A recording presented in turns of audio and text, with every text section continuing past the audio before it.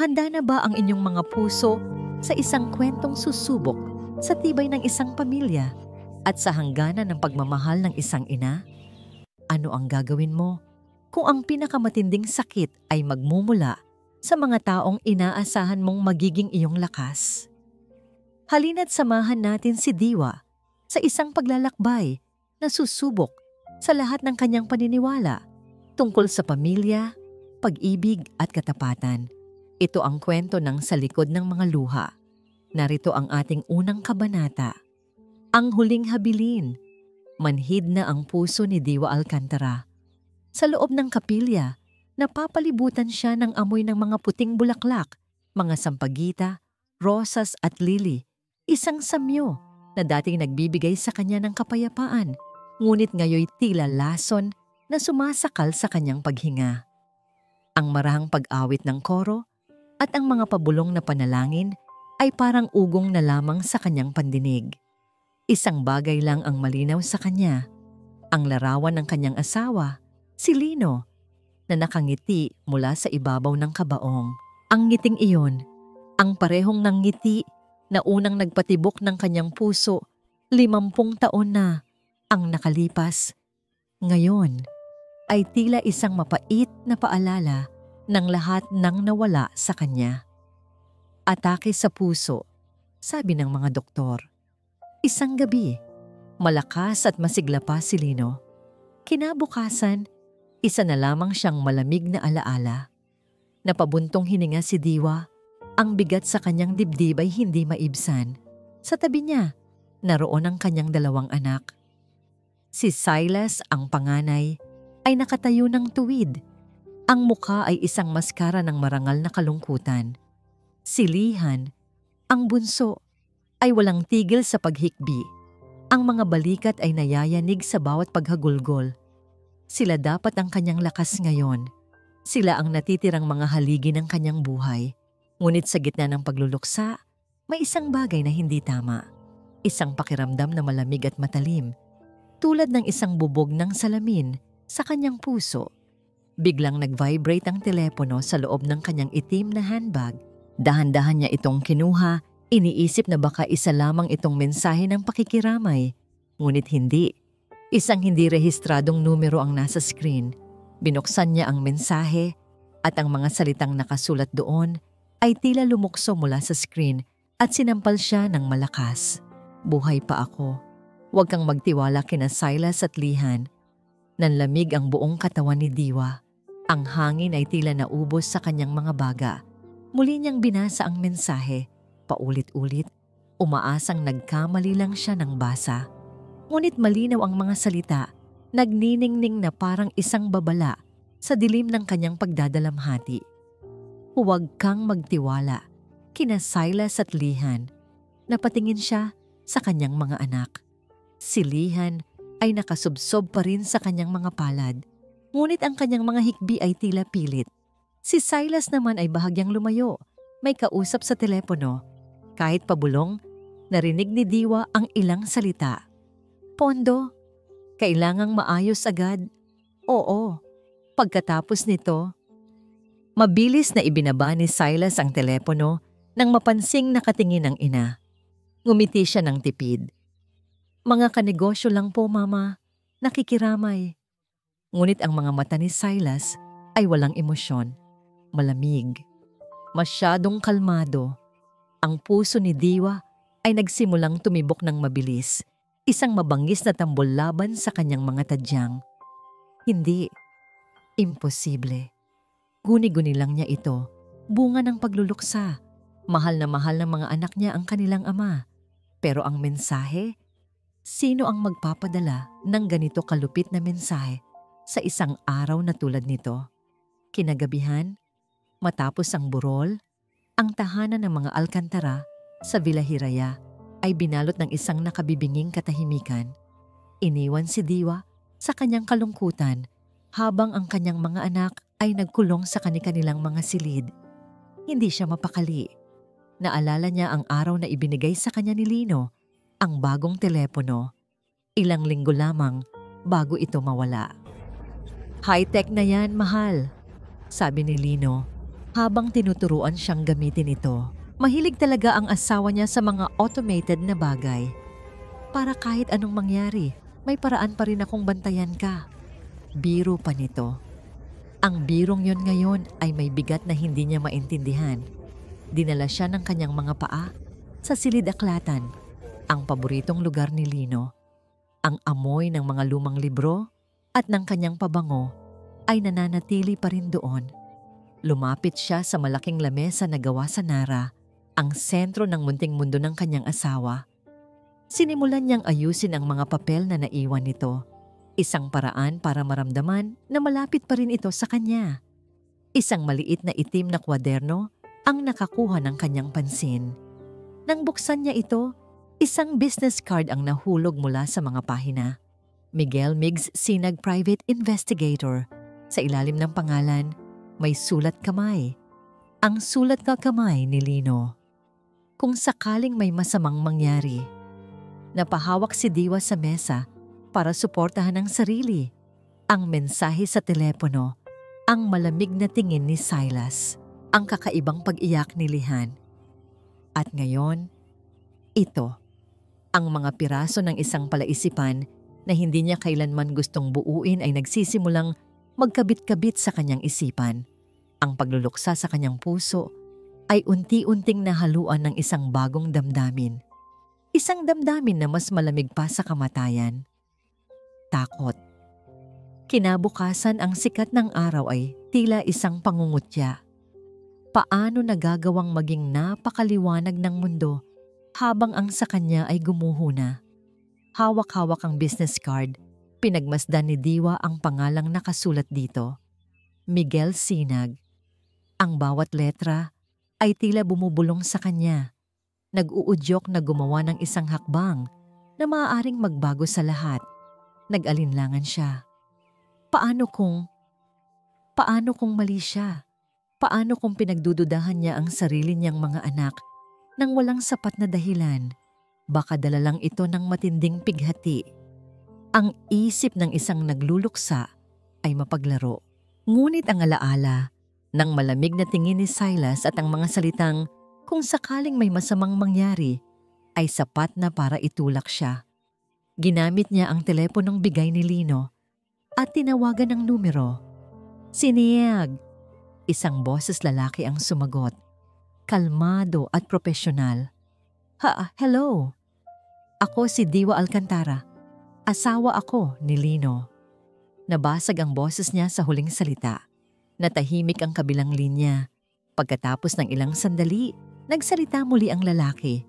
Ngunit ngayon, mas malumanay na ang kanyang tono. Ginang Alcantara, ikinalulungkot ko ang nangyari sa inyong asawa. Ibinigay po ba niya sa inyo ang numero ko? Hindi direkta, sagot ni Diwa. Nahanap ko sa mga gamit niya. Huminga siya ng malalim. Gusto ko sanang makipagkita sa inyo. May mga bagay lang akong gustong linawin. Nagkita sila sa isang maliit at tahimik na kapihan sa labas ng Villa Hiraya. Si Miguel Sinag ay mas bata kaysa sa inaasahan niya. Marahil ay nasa mga hululing taon ng kanyang 30. Mayroon siyang mga matang mapanuri, ngunit may bahid ng simpatiya. Hindi siya nagtanong ng marami. Hinayaan lang niya si Diwa na magsalita. Ikinuwento ni Diwa ang lahat.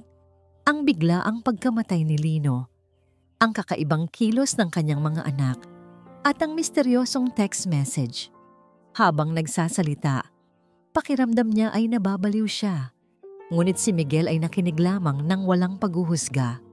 Ginang Alcantara, sabi ni Miguel nang matapos siya. 2 linggo bago siya pumanaw, tumawag sa akin si Ginoong Lino. Hindi niya sinabi ang lahat, pero nabanggit niya ang tungkol sa malalaking utang na hindi maipaliwanag. Tila may problema sa pananalapi ng inyong mga anak. Gusto niyang ipaimbestiga ko, pero hindi para idiin sila. Gusto niyang malaman kung paano sila matutulungan. Ang mga salita ni Miguel ay tumagos sa puso ni Diwa. Kahit sa huling mga araw nito, ang kapakanan pa rin ng mga anak nila ang iniisip ni Lino. Tinanggap ko po ang kaso, pagpapatuloy ni Miguel, At may paunang ulat na sana akong ibibigay sa kanya sa araw na siya ay namatay. Ano yon? Ano ang nalaman mo? Tanong ni Diwa. Ang boses ay nanginginig sa pag-asa at takot. Hindi pa kompleto, Ginang Diwa. Pero may mga transaksyon sa bangko na kahina-hinala. Malalaking halaga ang inilalabas mula sa account ng kumpanya papunta sa mga personal na account nina Ginoong Silas at Lihan. At mula doon, nawawala na ang pera. Bumalik si Diwa sa bahay na gulong-gulo ang isip. Ang mga salita ni Miguel ay umuulit-ulit sa kanyang isipan. Naabutan niya si Silas sa sala, may hawak na isang makapal na folder ng mga dokumento. Ang kanyang mukha ay seryoso, ngunit nang makita ang ina, mabilis itong napalitan ng isang malambing na ngiti. Mama, nandyan na pala kayo. May mga papeles lang po tayong kailangang ayusin. Para po ito sa insurance at sa last will and testament ni Papa. Kailangan po ng pirma ninyo para masimulan na ang proseso. Para rin po ito sa kumpanya, para maging maayos ang lahat. Ang paraan ng kanyang pagsasalita, magalang, nag-aalala, ay ang parehong paraan na ginagamit niya mula pa noong bata siya kapag may gusto siyang makuha. Ngunit ngayon, may halong pagmamadali sa kanyang boses na hindi maikaila. Tiningnan ni Diwa ang mga dokumento. Napakarami. Ang isip niya ay hindi kayang unawain ang mga legal na terminong nakasulat doon. Pag-aaralan ko muna, anak. Mama, mas maganda kung mapipirmahan na natin ngayon. Para isang lakaran na lang, giit ni Silas. Ang nangiti ay bahagyang nawala. Sabi ko, pag-aaralan ko. Ulit ni Diwa. Mas matatag ang boses ngayon. Nagulat si Silas sa kanyang tono. Tumango na lamang ito at iniwan ang mga papeles sa mesa. Nang gabing iyon, nakita ni Diwa si Lihan sa hardin. Umiinom ng alak mag-isa habang nakatanaw sa madilim na kalangitan. Nilapitan niya ito. Ang kanyang bunso ang pinakamalambing sa dalawa. Anak, may problema ba? Tanong niya. Hinahaplos ang likod nito. Nagulat si Lihan. Mabilis niyang itinago ang baso. Wala po, Mama. Iniisip ko lang si Papa. Ngunit ang mga mata nito ay puno ng takot, hindi lang ng lungkot. Lihan, tingnan mo ako. Hinawakan ni Diwa ang mukha nito. Kung may bumabagabag sa'yo, sabihin mo sa akin. Yumuko si Lihan, umiiwas sa kanyang tingin. Sorry po, Mama. Sorry po sa lahat. At mabilis itong tumayo at pumasok sa loob. Iniwan si Diwa na nag-iisa sa ilalim ng buwan. Ang pag-iwas ni Lihan ay mas masakit pa kaysa sa pagpipilit ni Silas. Puno ng pag-aalinlangan, pumasok si Diwa sa kanyang silid. Tiningnan niya ang kanyang refleksyon sa salamin. Isang babaeng wasak, isang inang nalilito. Ngunit sa likod ng mga luhang namumuo sa kanyang mga mata, isang bagong apoy ang nagsimulang mag-alab. Kinuha niya ang kanyang telepono at tinawagan muli si Miguel. Walang pag-aalinlangan sa kanyang boses ngayon. Ginoong Sinag, sabi niya, ang bawat salita ay may bigat ng isang desisyon. Ituloy mo ang investigasyon. Gawin mo ang lahat para malaman ang katotohanan. Ilang sandali siyang natahimik bago nagsalita muli. Ang boses ay halos pabulong na sa takot at determinasyon. Gusto kong malaman kung paano namatay ang asawa ko. Bago pa man makasagot si Miguel, isang tawag ang pumasok sa linya nito. Sandali lang po, Ginang Diwa, sabi ni Miguel. Pagbalik nito sa linya, ang boses niya ay pununo ng pagkaapura. Ginang Diwa, may mali sa opisyal na police report. Ang sinasabing heart attack ay may mga detalye na hindi magkatugma. Ang mga salita ni Miguel ay parang kidlat na gumuhit sa madilim ng kalangitan ng isipan ni Diwa. May mali sa police report, hindi na lamang ito isang kutob. Isa na itong konkretong senyales na ang katotohanang alam niya ay isang kasinungalingan. Anong ibig mong sabihin? Tanong ni Diwa. Ang kamay ay mahigpit na nakahawak sa telepono. Ayon sa report, natagpuan si Ginoong Lino sa kanyang study table. Walang anuman sa kanyang sistema maliban sa kanyang maintenance medicine. Paliwanag ni Miguel mula sa kabilang linya, ang boses ay seryoso. Pero nalaman ko mula sa isang source sa ospital na may pinuntahan siyang pribadong klinika isang araw bago siya namatay para sa isang executive check-up. Ang resulta, perpekto ang kanyang kalusugan. Malakas ang puso niya. Sabi ng doktor, wala siyang nakikitang dahilan para atakihin ito sa puso. Isang malamig na agos ang gumapang sa likod ni Diwa. Naalala niya ang araw na yon. Nagpaalam si Lino na may pupuntahan lang sandali. Nang tanungin niya kung saan, ngumiti lang ito at sinabing, para siguradong malakas pa ako para alagaan ka. May isa pa ginang Diwa, dagdag ni Miguel. Yung doktor na pumirma ng death certificate niya, biglang nag-file ng indefinite leave of absence. Walang makapagsabi kung nasaan siya ngayon. Ang bawat impormasyon ay isang pako na lalong bumabaon sa kabaong ng kanyang pag-asa. Hindi ito imahinasyon.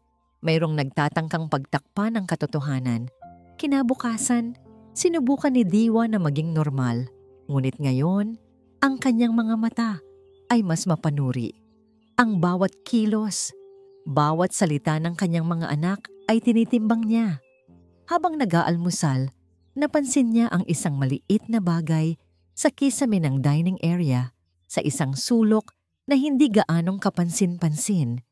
Isang maliit na itim na tuldok na wala naman doon dati. Silas, ano yan? Tanong niya. Itinuturo ang bagay. Tumingala si Silas. Hindi nagulat. Ah, yan po. Security camera, Mama. Ipinakabit ko kahapon para masigurado nating ligtas kayo rito sa bahay, lalo na't kayo na lang mag-isa madalas. Ligtas o binabantayan? Hindi mo man lang sinabi sa akin, mahinang sabi ni Diwa. Surprise po sana, Mama. Para sa proteksyon niyo rin naman. Sagot ni Silas, ang nangiti ay hindi umabot sa kanyang mga mata. Pakiramdam ni Diwa ay unti-unti siyang nagiging isang bilanggo sa sarili niyang pamamahay. Ang mga pader na dating nagbibigay ng kanlungan ay ngayoy tila may mga mata at tainga. Sa kanyang pag-iikot sa bahay, napansin niya ang iba pang mga kamera na nakatago sa mga estratehikong lugar. Sa sala, sa pasilyo patungo sa kanyang silid, maging sa hardin. Ang bahay na binuo nila ni Lino bilang isang pugad ng pagmamahal ay naging isang hawlang ginto. Ipinagbigay alam niya ito kay Miguel. Binabantayan nila ako, Migs. Sabi niya sa telepono, ang takot ay malinaw sa kanyang boses. Mag-ingat po kayo, Ginang Diwa. Huwag po kayong magpapahalata na may alam kayo. Samantala, sinusubukan kong hanapin ang pinagmulan ng text message na natanggap ninyo, sagot ni Miguel. Pero napakahirap. Masyadong magaling ang pagkakatago. Para itong ipinadala mula sa isang digital na multo. Isang multo. Marahil ay multo nga ni Lino, isang babala mula sa kabilang buhay. Isang hapon, habang naglilinis ng mga aparador, napagpasyahan ni Diwa na harapin si Silas, hindi para mag-akusa, kundi para subukan ang kanyang reaksyon. Silas, anak, sabi niya nang maabutan ito sa sala. Tungkol sa mga kamera, hindi ako komportable. Pwede bang ipatanggal mo na lang? Tumingin si Silas mula sa kanyang laptop. Ang mukha ay nagdilim. Mama, para po ito sa inyo. Bakit ayaw ninyo? May itinatago po ba kayo? Ang tanong ay binaliktad ang sitwasyon. Inilagay si Diwa sa depensiba. Wala. Ano namang itatago ko? Ito ang bahay ko. Karapatan kong maging pribado. At karapatan din naming mga anak nyo na siguraduhing ligtas kayo. Mariing sabi ni Silas. Ang tono niya ay wala ng bahid ng lambing. Ito ay isang utos. Doon, sa mga mata ng kanyang panganay, nakita ni Diwa ang isang kislap ng galit. Isang bagay na matagal nang nakatago sa ilalim ng kanyang magalang na panlabas. Umatras si Diwa. Natanto na wala siyang magagawa. Sa sandaling iyon, naramdaman niya ang tunay na panganib. Hindi na lang ito tungkol sa pera. May mas malalim, mas madilim na motibo sa likod ng lahat. Kinagabihan, isang delivery man ang nag-abot sa kanya ng isang maliit na kahon. Wala itong pangalan ng nagpadala. Sino raw ang nagbigay? Tanong niya sa kasambahay. Wala po, senyora. Iniwan lang po sa gate. Sagot nito. Nang may pag-iingat, binuksan ni Diwa ang kahon. Ang kanyang hininga ay napigil sa kanyang lalamunan. Sa loob, nakalagay ang lumang smartwatch ni Lino. Ang paborito nito na palagi niyang suot. Kasama nito ay isang maliit na piraso ng papel na may sulat kamay na tila minadali. Ang katotohanan ay nasa huling alaala nito. Ang bigat ng smartwatch sa palad ni Diwa ay kasing bigat ng takot na gumagapos sa kanyang puso. Ang relo, ang huling saksi. Dinala niya ito sa kanyang silid. Ikinulong ang sarili at agad na tinawagan si Miguel. Migs, kailangan mong pumunta rito. Ngayon na, sabi niya. Ang boses ay halos pabulong ngunit puno ng pagkaapura. Huwag kang dadaan sa harap. Sa likod, sa may pinto ng hardin. Bukas iyon. Hindi nagtagal, dumating si Miguel, kasama ang isang lalaking mukhang eksperto sa teknolohiya. Sa loob ng silid ni Diwa, ang tanging liwanag ay nagmumula sa lampara sa tabi ng kama at sa kumikinang na screen ng laptop. Ang tensyon ay halos nahihipo. Sinubukan naming i-access ang data pero nakalock ito at heavily encrypted, sabi ng kasama ni Miguel na nagpakilalang si Ben. Mabuti na lang at may naiwang digital footprint si Ginoong Lino sa isa sa mga lumang device niya. Ginamit namin yon para ma-bypass ang security. Pinanood ni Diwa ang mga daliri ni Ben na mabilis na gumagalaw sa keyboard. Ang bawat pag-click ay parang isang hakbang palapit sa isang bangin. Pagkatapos ng ilang minuto na, tila walang katapusan, tumango si Ben. Nakuha na natin. Sa screen, lumitaw ang isang graph. Ito ang data ng heart rate ni Ginoong Lino sa araw na siya ay namatay. Paliwanag ni Miguel. Itinuturo ang linya sa monitor. Buong araw, normal lang takbo. Stable. Pero dito, itinuro niya ang isang punto sa graph kung saan biglang tumaas ng husto ang linya na para bang isang kabayong biglang humarurot. 9:30 ng gabi. Biglang bumilis ng sobra-sobra ang tibok ng puso niya. At pagkatapos, ito na. Ang linya ay bumagsak ng tuluyan, naging isang tuwid at walang buhay na guhit. Napahawak si Diwa sa kanyang bibig. Ang ebidensya ng huling sandali ng kanyang asawa ay nasa harap niya, malamig at walang awa. May isa pa, sabi ni Ben. Ang smartwatch na ito ay may feature na voice command activation. Nag-a-activate ito kapag may naririnig na partikular na salita o kapag may biglaang pagbabago sa boses ng may-ari. Mukhang na-trigger ito bago siya mawalan ng malay. Nagkatinginan sina Diwa at Miguel. Pwede ba nating pakinggan? Tanong ni Diwa, ang boses ay nanginginig. Tumango si Ben at pinindot ang play. Sa una, ingay lang ng paggalaw ang maririnig. Pagkatapos, isang boses, ang boses ni Lino. Ngunit hindi ito ang pamilyar na boses na puno ng init at pagmamahal. Ito ay boses na puno ng pagkalito at takot. Silas, anong inilagay mo sa kape ko? Ang tanong ay tumama kay Diwa na parang isang sampal. Napakapit siya sa braso ng upuan. Lihan, tulungan mo ako. Ang huling salita ay naputol. Sinundan ng isang malakas na kalabog at pagkatapos, katahimikan. Isang nakabibinging katahimikan. Hindi. Ang mga salita ay umalingaw-ngaw sa isip ni Diwa. Paulit-ulit, isang bangungot na naging totoo. Ang kanyang mga anak. Ang kanyang sariling mga anak. Ginang Diwa. Nagsimulang magsalita si Miguel. Ngunit hindi siya pinansin ni Diwa. Tumayo siya na para bang wala sa sarili. Naglakad siya patungo sa aparador kung saan niya itinago ang itim na kwaderno ni Lino. Ang kanyang mga kamay ay nanginginig.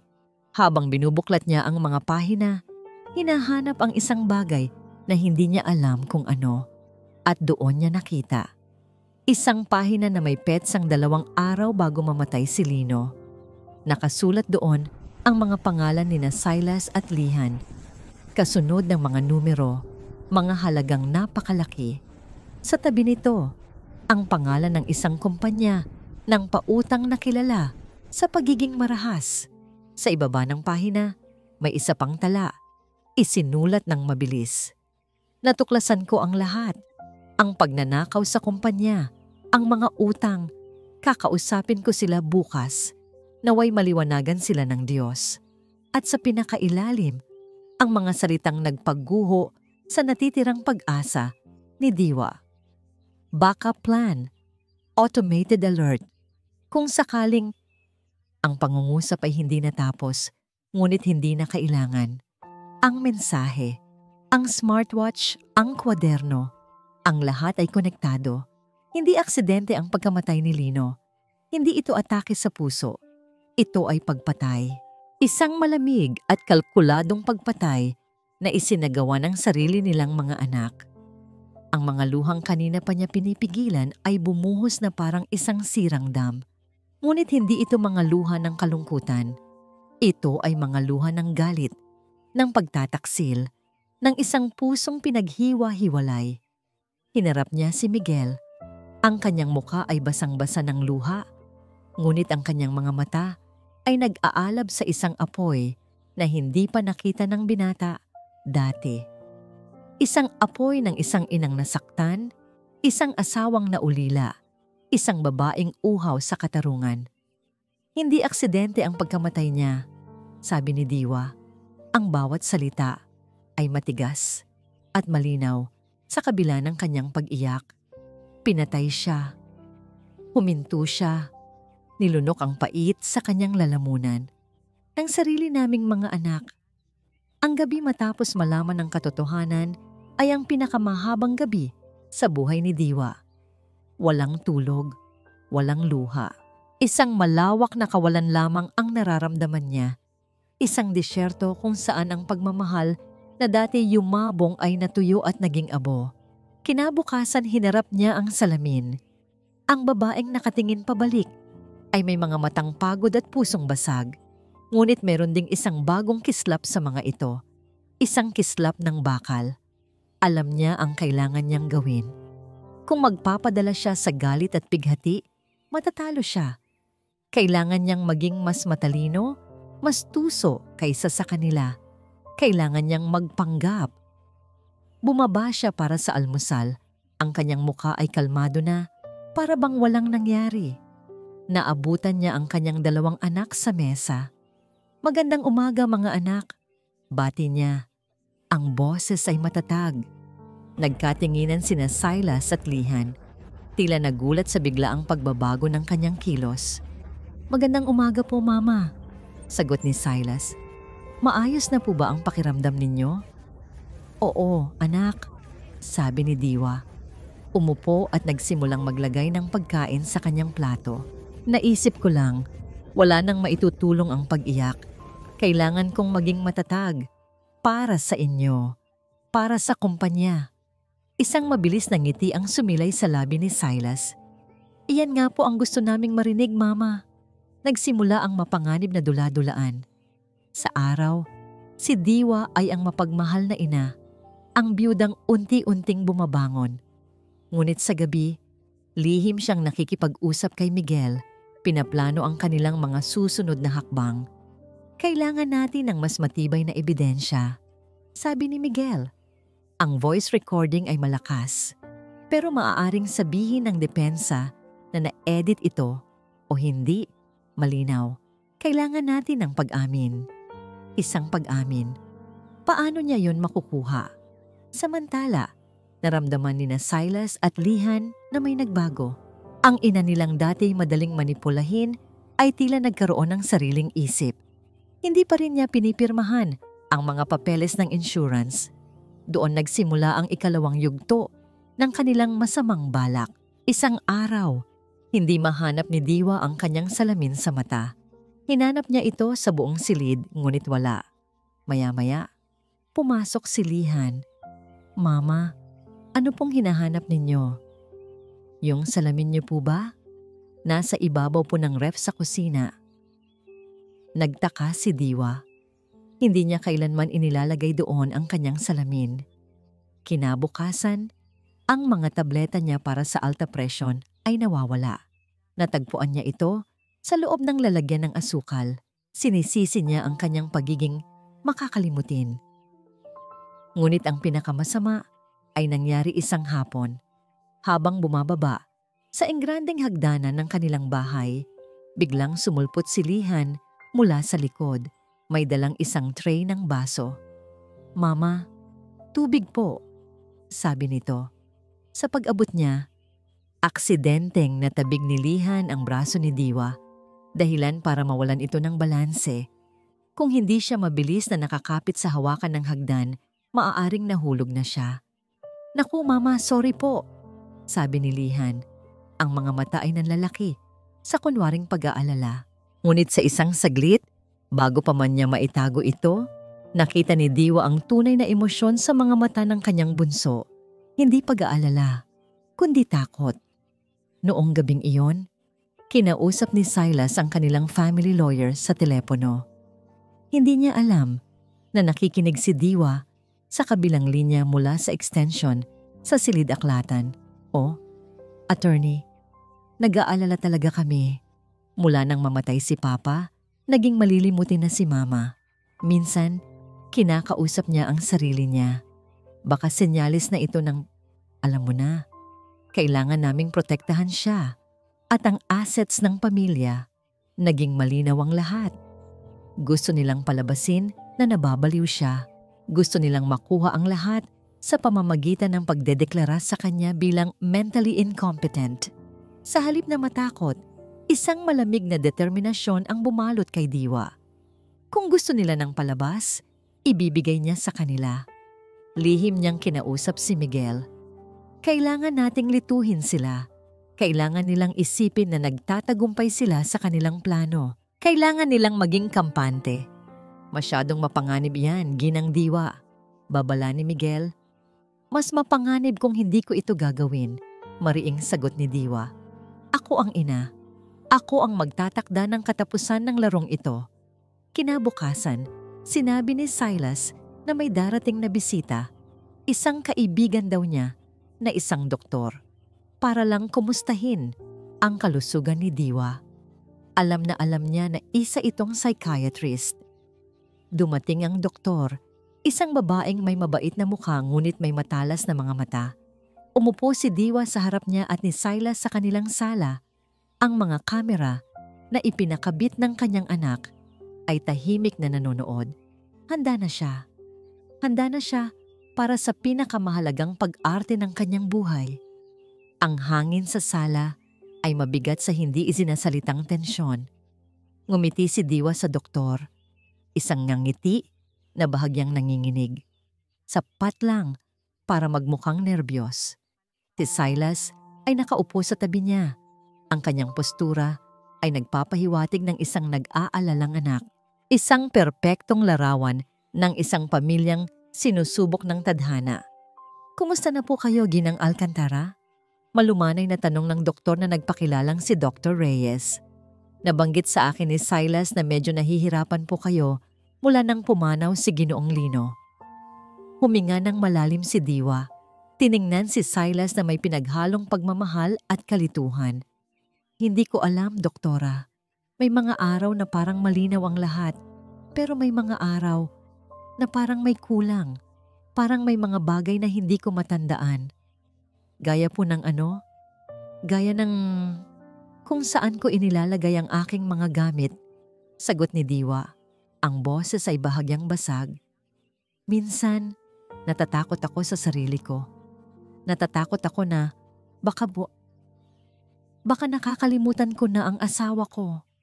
Nakita niya sa gilid ng kanyang mata ang isang munting na ngiti ng tagumpay.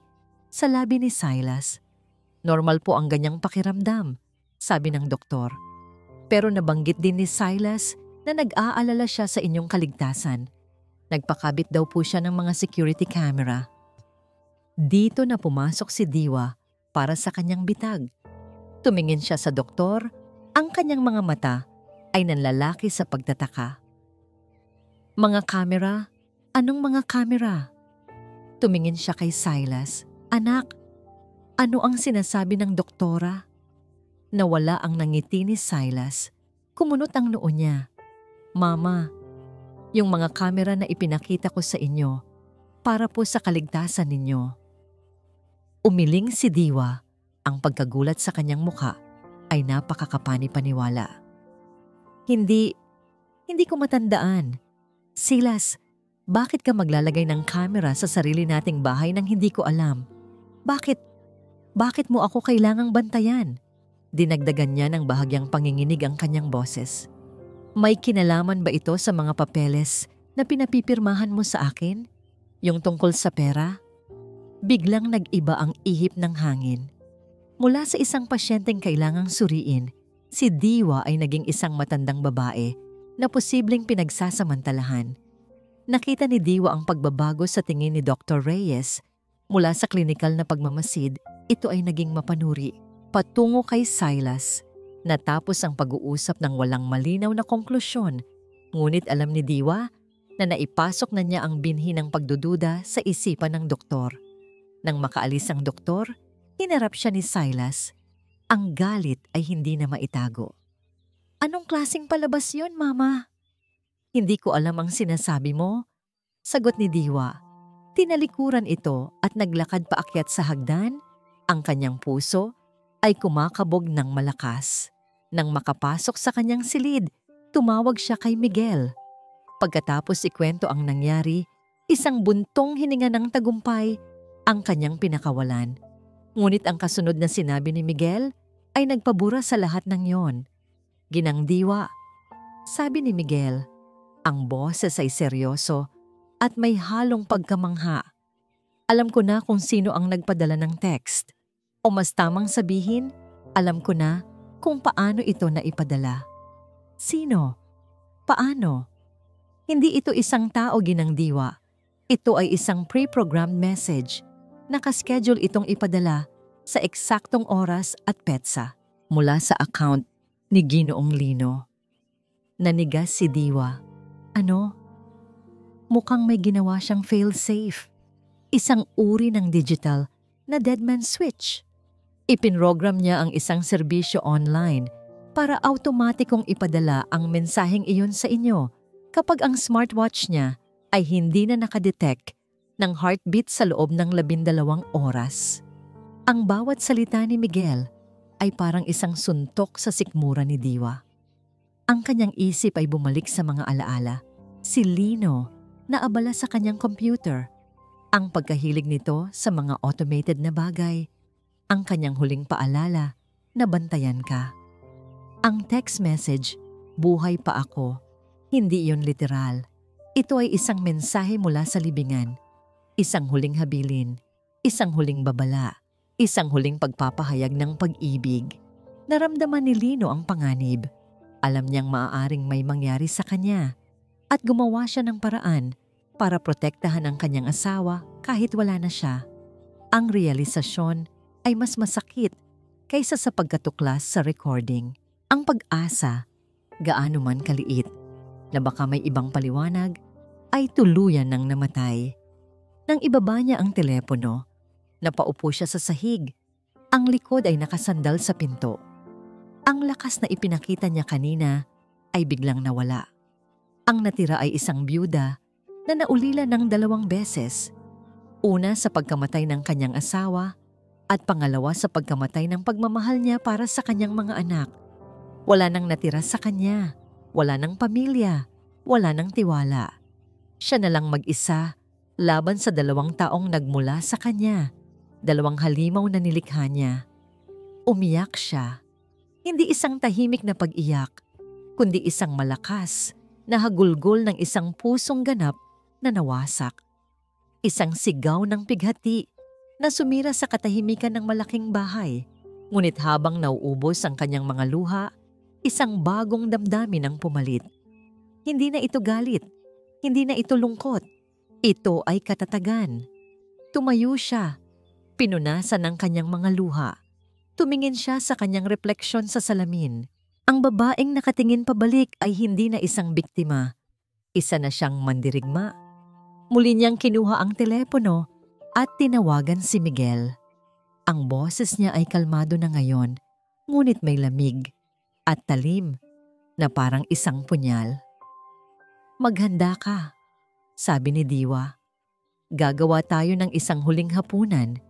Isang hapunan na hindi nila malilimutan." Ang mesa para sa hapunan ay inihanda ng perpekto. Mamahaling kubyertos, mga kristal na kopita, at ang paboritong pagkain nina Silas at Lihan.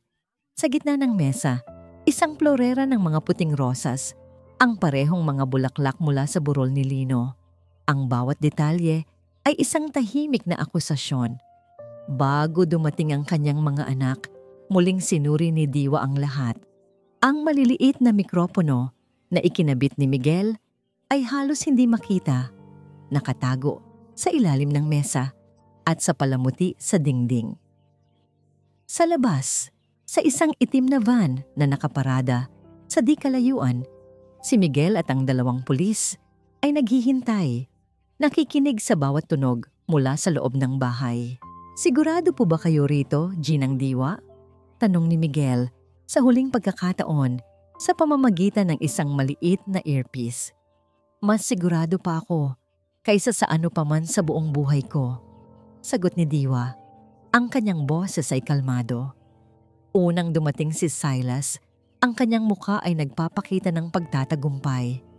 Sumunod si Lihan na tila hindi mapakali. Ang mga mata ay laging gumagala. "Mama, para saan po ito?"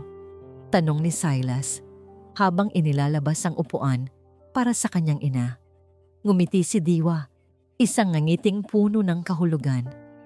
"Isang selebrasyon, anak." Umupo siya sa kabisera ng mesa. Napag-isip-isip ko, tama kayo. Kailangan ko nang magpahinga. Panahon na para ipasa sa inyo ang lahat. Inilabas niya mula sa kanyang bulsa ang isang dokumento, ang Special Power of Attorney na matagal nang gustong papirmahan ni Silas. Inilapag niya ito sa gitna ng mesa. "Pipirmahan ko yan mamaya. Pero bago ang lahat, mag-usap muna tayo bilang isang pamilya." Sa huling pagkakataon, ang huling mga salita ay nagbigay ng kaba kay Lihan. Si Silas naman ay tila hindi na makapaghintay. "Salamat, Mama. Makakaasa po kayo. Aalagaan namin ang legacy ni Papa," sabi ni Silas. Ang kasakiman ay kumikinang sa kanyang mga mata. "Ang legacy ng Papa ninyo," ulit ni Diwa. Ang kanyang boses ay dahan-dahang nawawalan ng init. "Naalala niyo pa ba siya? Hindi bilang isang negosyante, kundi bilang isang ama. Naalala mo pa ba, Lihan, kung paano kanya tinuruang magbisikleta? O ikaw, Silas, kung paano niya ipinagmalaki ang bawat medalya na naiuwi mo?" Si Lihan ay yumuko, hindi makatingin sa ina. Si Silas ay nanatiling walang kibo. Mahal na mahal niya kayo. Pagpapatuloy ni Diwa, ang emosyon ay nagsisimulang gumuhit sa kanyang boses. Kahit noong nalaman niya ang tungkol sa mga utang, ang pagnanakaw sa kumpanya, ang una niyang inisip ay kung paano kayo ililigtas. Biglang tumigas ang mukha ni Silas. "Ano po ang sinasabi ninyo, Mama?" Hindi pinansin ni Diwa ang tanong. Itinuon niya ang kanyang mga mata kay Lihan. "Ikaw, anak, naging masaya ka ba? Naging payapa ba ang tulog mo gabi-gabi? Alam na ang kamay na nag-alaga sa'yo ay ang parehong kamay na." Hindi niya matapos ang pangungusap. Doon na bumigay si Lihan. Ang mga luha ay nagsimulang mamuo sa kanyang mga mata. "Mama, patawarin niyo po ako. Hindi ko po sinasadya." "Tumahimik ka, Lihan," sigaw ni Silas. Ang kanyang pagkukunwari ay tuluyan ng nawala. Hinarap niya ang ina, Ang kanyang mga mata ay nag-aapoy sa galit. Ano ito, Mama? Isang bitag? Ito ba ang gusto ninyo? Sabi ni Diwa. Itinuturo ang dokumento. Ang perang ito? Ang kapangyarihan? Ito ba ang katumbas ng buhay ng ama ninyo? Itinulak niya ang dokumento palapit kay Silas. Sige, kunin mo. Pero gusto kong malaman, naging masaya ba kayo sa ginawa ninyo sa ama ninyo? Oo, ang halos pasigaw na sagot ni Silas. Ang kanyang mukha ay nababalot ng puot na matagal nang kinikimkim. Ginawa namin ang nararapat. Si Papa, palagi na lang siyang ang tama. Palagi na lang siyang ang magaling. Kailanman hindi niya nakita ang halaga ko. Ginawa natin to para sa kinabukasan natin. Karapatan natin to. Pero hindi natin kailangang patayin si Papa. Humagulgol si Lihan. Ang kanyang pagsisisi ay sumabog na parang isang bulkan. Sabi mo, lason lang na pampatulog yon. Hindi mo sinabing yon na ang katapusan niya. Tanga ka ba? Bulyaw ni Silas sa kapatid. Walang ibang paraan. At ngayon, sisirain mo ang lahat dahil sa konsensya mo? Ang pag-amin, malinaw at hindi maikakaila. Ang katahimikan na sumunod ay mas malakas pa kaysa sa mga sigawan. Si Silas at Lihan nag-aakusa sa isa't isa. Si Diwa, nakaupo sa gitna nila, ang mga luha ay tahimik na dumadaloy sa kanyang mga pisngi. Mga luha para sa asawang nawala at para sa mga anak na tuluyan nang nawala sa kanya. Sa sandaling iyon, biglang bumukas ang pinto. Pumasok si Miguel, kasunod ang mga pulis. Ang tunog ng kanilang mga sapatos sa marmol na sahig ay ang tunog ng hustisya. Natigilan sina Silas at Lihan. Ang kanilang mga mukha ay nagpakita ng sunod-sunod na emosyon. Pagkabigla, pagkalito, at sa huli, ang mapait na pagtanggap sa pagkatalo. Ang kanilang mga mata ay napako sa iisang tao. Ang kanilang ina. Nakaupo pa rin si Diwa. Ang kanyang postura ay marangal sa gitna ng pagkawasak. Tiningnan niya ang kanyang dalawang anak. Hindi na may galit, kundi may isang malalim at nakapanlulumong awa. Ang kanyang misyon ay tapos na. Ang hustisya para kay Lino ay nagsisimula pa lamang. Lumipas ang ilang buwan. Ang ingay ng media at ang eskandalo ng pamilyang Alcantara ay unti-unting humupa, pinalitan ng ibang mga balita. Ngunit para kay Diwa, ang bawat araw ay iisang paalala ng gabing iyon. Ang gabing gumuho ang lahat ng natitira sa kanyang pamilya. Ang paglilitis ay mabilis at brutal. Ang voice recording mula sa smartwatch, ang pag-amin na nakuha sa hapunan, at ang testimonya ni Lihan na sa huli ay umamin sa lahat ng kasalanan ay nagdiin sa kanila. Ang hatol, habang buhay, na pagkabilanggo para kina Silas at Lihan Alcantara para sa krimen ng parricide. Sa araw ng pagbaba ng hatol, naroon si Diwa sa korte. Nakaupo siya sa harap na hilera. Ang kanyang mukha ay walang emosyon. Hindi niya tiningnan ang kanyang mga anak habang inilalabas sila ng silid, nakaposas. Hindi dahil sa galit, kundi dahil sa sakit na napakalalim para ipakita. Isang linggo matapos ang hatol, nagpasya siyang dalawin sila sa bilangguan. Una niyang pinuntahan si Silas. Kahit sa loob ng selda, ang anyo nito ay mayabang pa rin.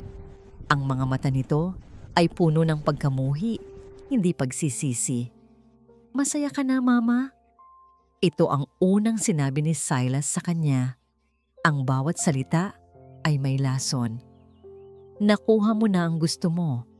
Sinira mo ang sarili mong mga anak. Tiningnan siya ni Diwa. Ang puso niya ay kumikirirot, hindi para sa sarili, kundi para sa anak na nilamon na ng dilim. Hindi ko kayo sinira, Silas.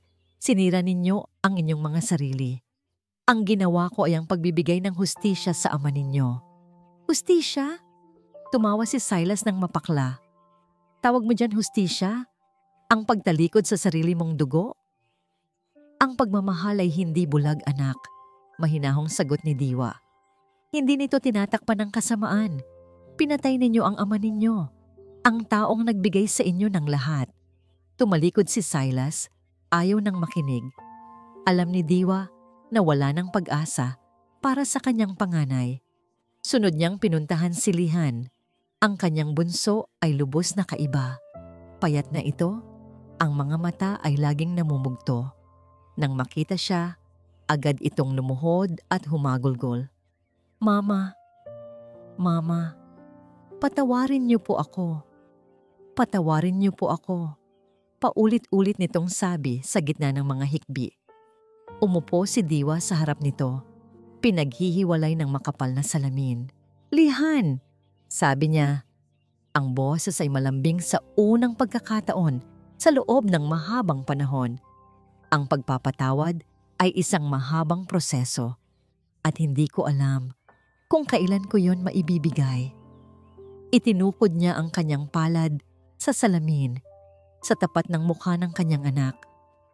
Hindi ko mapapatawad ang ginawa ninyo. Hinding-hindi. Pero habang buhay, mamahalin ko pa rin ang mga anak na minsan kong inalagaan. At ipagdarasal ko na sa loob ng lugar na ito, mahanap mo ang kapatawaran para sa iyong sarili. Tumayo si Diwa at umalis nang hindi na lumingon pa. Iyon na ang kanyang paalam. Sa mga sumunod na araw, ibinuhos ni Diwa ang kanyang sarili sa Alcantara Legacy Furnishings. Sa tulong ni Miguel, na naging isang tapat na kaibigan at tagapayo, inayos niya ang gusot na iniwan ng kanyang mga anak. Pinalitan niya ang pangalan ng kumpanya at nagtatag ng isang foundation sa pangalan ni Lino, isang pundasyon para tulungan ang mga pamilyang biktima ng marahas na krimen. Isang maaraw na hapon, dinalaw niya ang puntod ni Lino. Inilapag niya ang isang pumpon ng puting rosas sa malamig na marmol. Hinaplos niya ang pangalang nakaukit doon.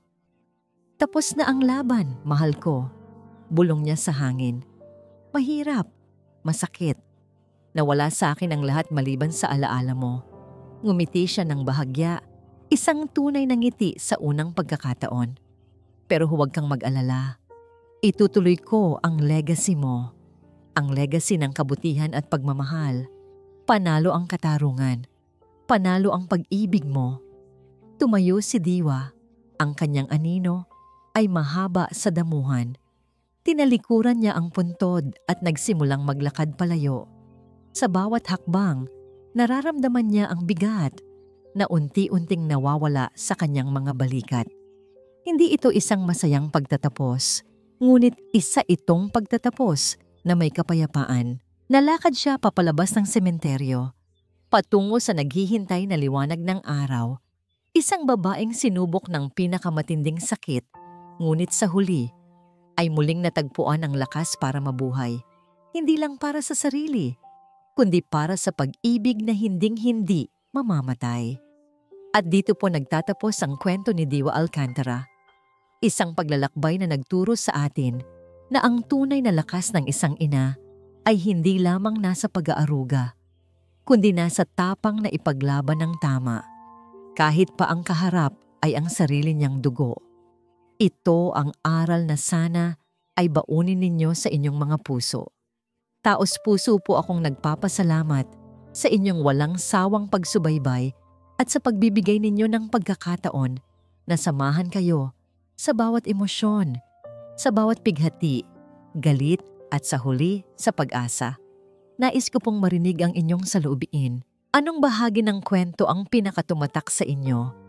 At anong uri naman ng mga kwento ng pag-ibig at buhay ang nais ninyong marinig mula sa amin sa mga susunod na araw?